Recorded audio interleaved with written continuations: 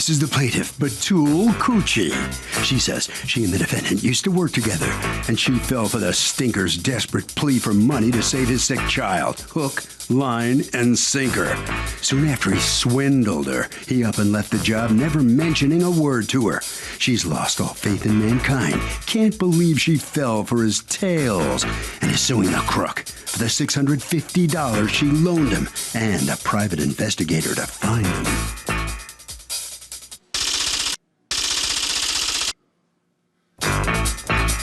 This is the defendant, Robert Beavers. He says the plaintiff gave him the money because his child had a heart condition and needed medical attention. He remembers telling her how grateful he was for the offer, but he was not going to ever be able to repay her. The plaintiff told him don't worry about it because she was happy to help him. Now she's claiming the gift was a loan and is harassing his wife mercilessly. He's accused of putting an ex-coworker into a tizzy.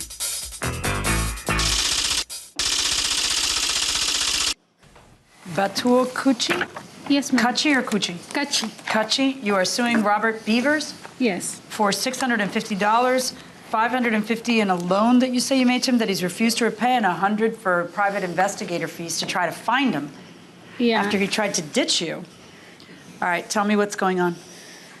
We used to work together a year back, almost a year back, and we knew that all the coworkers knew that he has a sick daughter. At that time, she was like about 6 months or a little over 6 months. And one day we were waiting for him. He came late, like 5-10 minutes. And as soon as he walked in the door, I asked Robert, how is Sadie doing? And he started crying. And he said, she's no more. Because She's what? Like she had flatline at that time. Did she was in hospital? No. No, thank God she didn't. But he said that when it was his at work, his daughter called him and said that his daughter got flatline, and he was devastated at that time, and he started crying, and we were like comforting him and everything, and he went back. I'm sorry, I'm not understanding. Did he think that his daughter had died? No, his wife called him on the cell phone that their daughter got flatline because she was in the hospital. Flatline means dead, right? Yeah. Okay, so the wife called to say the daughter's dead? Yes, and he was devastated. He was crying and everything. So he thought the daughter was dead? Yes. And after a while, he went back to his family, and we told him, as soon as you go to your family, just call us that we know that you arrived safe at home. And he called us back, and he said that doctors are now trying to bring her back, his daughter.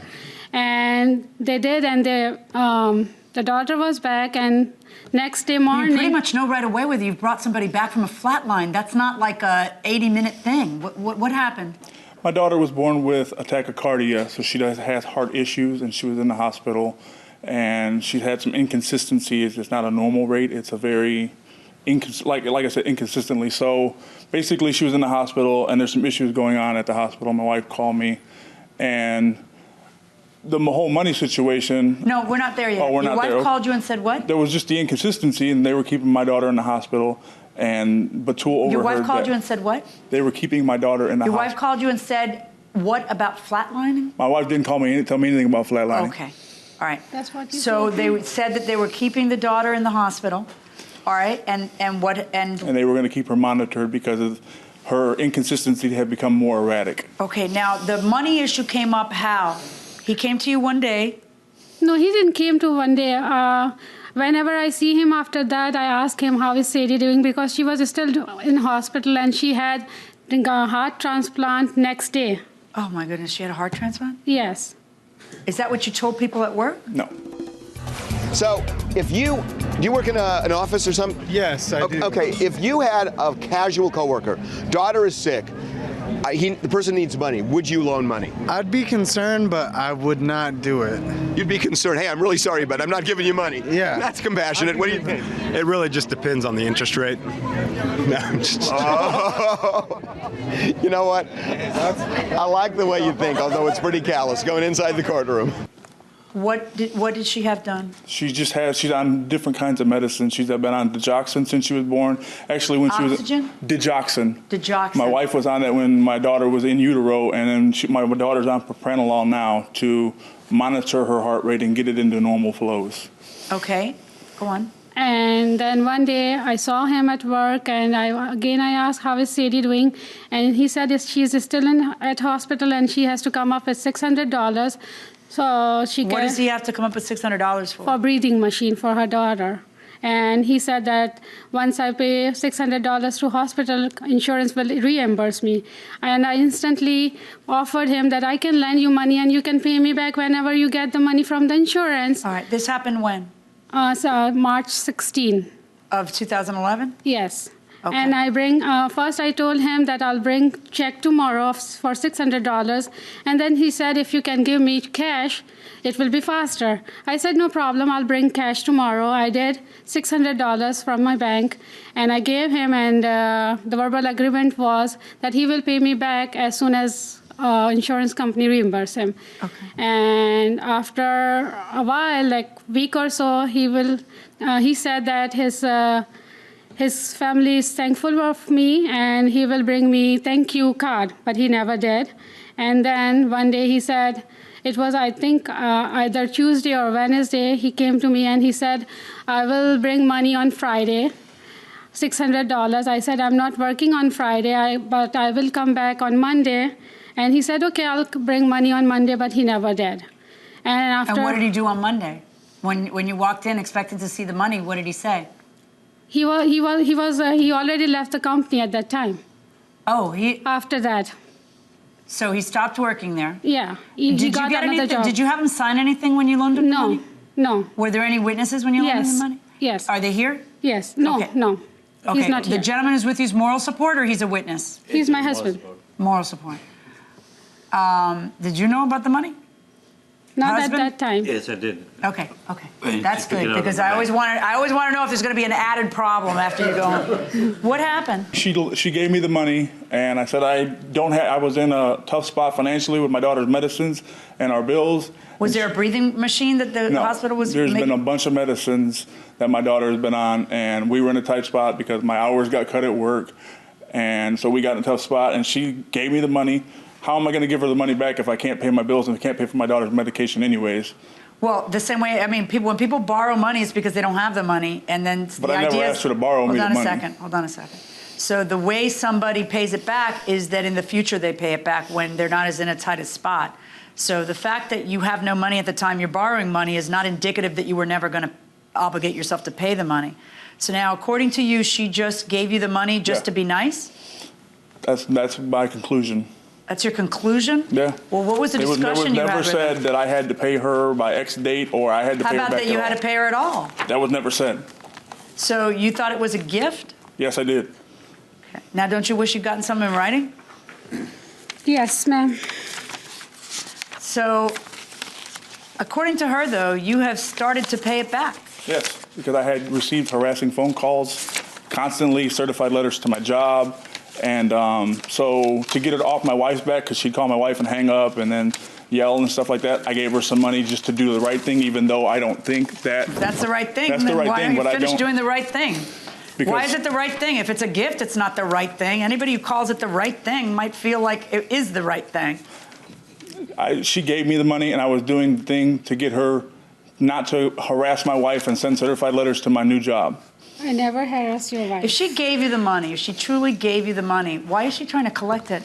I don't know. I told her I didn't have the money to pay her back, and she gave me the money. That was the agreement. Man, where are you going to go when you need help? Huh? You heard me. No, I didn't. Where are you going to go when you need help? I don't know. I don't know either. Because here's somebody who had a moment of need. I believe she loaned you the money. I believe it because you act like she loaned you the money. You call it the right thing to pay back, and you paid back $50 of it, okay? And she is like incessantly trying to collect on what she says was always a loan. So it looks to me like a really simple case. If it looks like a duck, quacks like a duck, walks like a duck, it might just be a duck.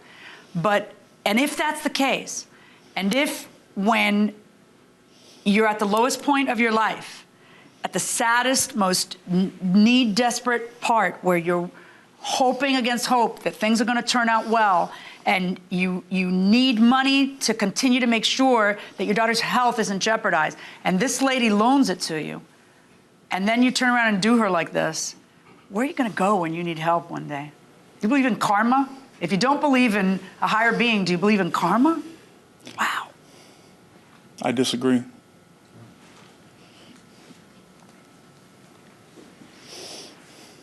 This is all I have available to give you this upcoming week. This is a note from you with, oh, it's not even $50 at once. It's $20 on October 4th.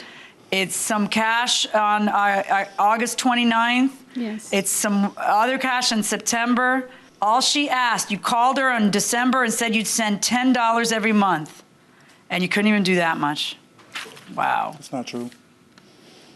No, actually, he agreed that he will. Who wrote this? Who's the top line is his handwriting. Oh, okay. Take a look at that.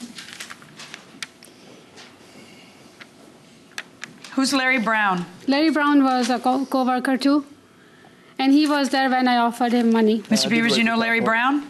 Yes, I do. According to Larry Brown, Robert Beavers was talking about his daughter. He said he didn't have the money to pay her daughter's doctor's bills.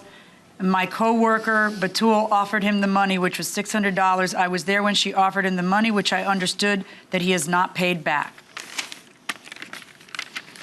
I would prefer that he tell me whether it's a loan or not a loan, which he doesn't even address here. Yeah, but his word was, I have to come up with $600. Well, clearly, if he's paying partially and he's like, oh, this is all I got right now, it's just that he doesn't want to finish paying you. That's all. It's very simple. Now, you're suing for a private investigator, $100. What's that about? Because I have to find him. He changed his phone number on me.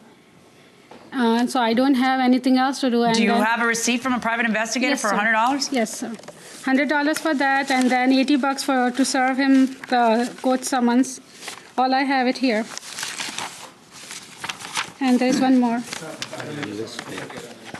How come you changed your phone number? How come I changed my phone number? Actually, I had 3 phones on one contract. The one number expired, and the harassing phone calls continued. So I did not tell her what my new number was, and I would call her from a private number. Okay. Well, I find in her favor. And I find in her favor in the amount of the $650. Verdict for the plaintiff. All right, you guys just hold on right there for me, please. All right, so the defendant leaving the courtroom. Come on out in the hallway here. How's your daughter doing? My daughter is doing okay. Yeah? She's doing okay. She's still on the medicines and everything like that, but she's doing okay. Yeah, we wish her the best. How do you think you looked in the courtroom? I don't really care how I look. I know what the truth is. Mm-hmm. Well, if you didn't owe her the money, why'd you start paying it back? To stop the harassing phone calls. She was harassing my wife, harassing me at my new job of employment, and it just got excessive. So I thought if I sent her some money, maybe she would leave me alone. All right, well, good luck with your daughter. Thank you. She feels better. This way, okay? Right down there. All right, so come on in here. Step on up here. What are you thinking about the situation here now? He's lying, and he owes me $882.17. That was because I had to fine him. I had to serve him summons. It was all $882. What have you learned here? Never help with money. Never help with money. Aren't you glad that money went to the little girl's health at least? No. Harvey? This is a clear case where the plaintiff should have, could have, absolutely should have demanded an IOU. That would solve a lot of problems. That will do it for this case. Litigants for the next case on the way into the courtroom right now.